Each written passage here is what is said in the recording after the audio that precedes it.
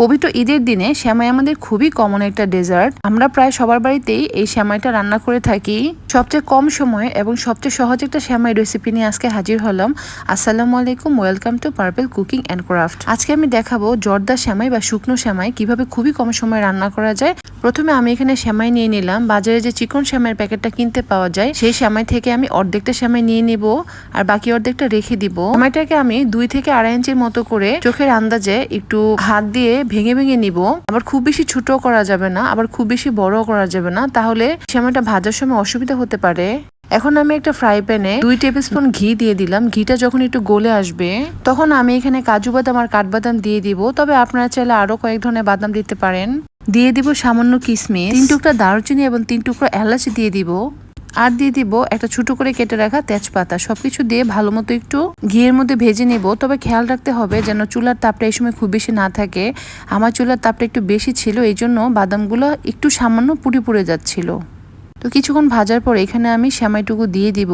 সেমাইটা দিয়ে আস্তে আস্তে অনবরত নেড়ে সেমাইটাকে কিছুক্ষণ ভেজে নিতে হবে। দিয়ে দিতে হবে 1/3 কাপের মতো চিনি, তবে আপনারা এটা কম বেশি করে নিতে পারেন। তারপর এখানে অ্যাড করে দিব 1/3 কাপ গুঁড়া দুধ বা পাউডার মিল্ক। সামান্য লবণ দিয়ে দিতে হবে, তবে মিষ্টি জাতীয় খাবারে লবণটা দিলে সবচেয়ে বেশি ভালো টেস্ট পাওয়া যায় বলে আমার মনে হয়। সবগুলো দিয়ে আবার ভালো মতো একটু নেড়েচেড়ে মিশিয়ে নিতে হবে। তবে খেয়াল রাখতে হবে যে খুব বেশি জোরে নাড়াচাড়া করা যাবে না, কারণ তাহলে সেমাইগুলো ভেঙে যাওয়ার সম্ভাবনা থাকবে। এখন আমি এখানে গ্রেট করা কিছু নারিকেল দিয়ে দিব। তো দিয়ে আবার সবকিছু ভালো মতো মিক্স করে নেব।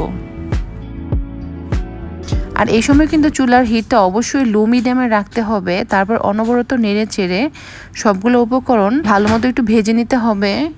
এখন আমি এখানে পানি অ্যাড করে দিব 1/3 কাপের মতো। পরে আমি সামান্য একটু পানি আবার দিয়েছিলাম। পানির পরিমাণটাও খুব আন্দাজ করে দিতে হবে যেন সেমাইটা খুব বেশি নরম হয়ে না যায়। আপনারা চাইলে 2 বারে পানিটা মেশাতে পারেন।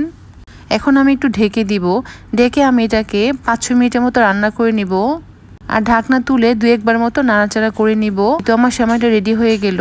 এখন আমি এটাকে পরিবেশন করব।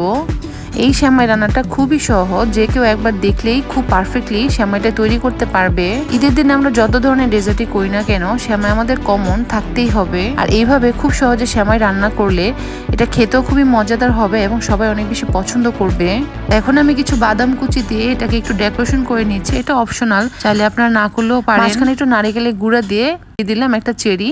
এটা শুধুমাত্র সুন্দর দেখানোর জন্য। আমার ভিডিওটা কেমন লাগলো যদি আপনাদের ভালো লাগে তাহলে আমার ফেসবুক পেজে একটা লাইক করে দিবেন। ইউটিউব চ্যানেল থেকে দেখে থাকলে আমার চ্যানেলটাকে সাবস্ক্রাইব করে দিবেন। আর সবাই সুন্দর সুন্দর কমেন্টস করবেন। আপনাদের কাছ থেকে সুন্দর সুন্দর কমেন্টস পড়তে আমার অনেক ভালো লাগে। সবাইকে অগ্রিম ঈদের শুভেচ্ছা। সবাই ভালো থাকবেন, সবাই সবার জন্য দোয়া করবেন। আল্লাহ হাফেজ।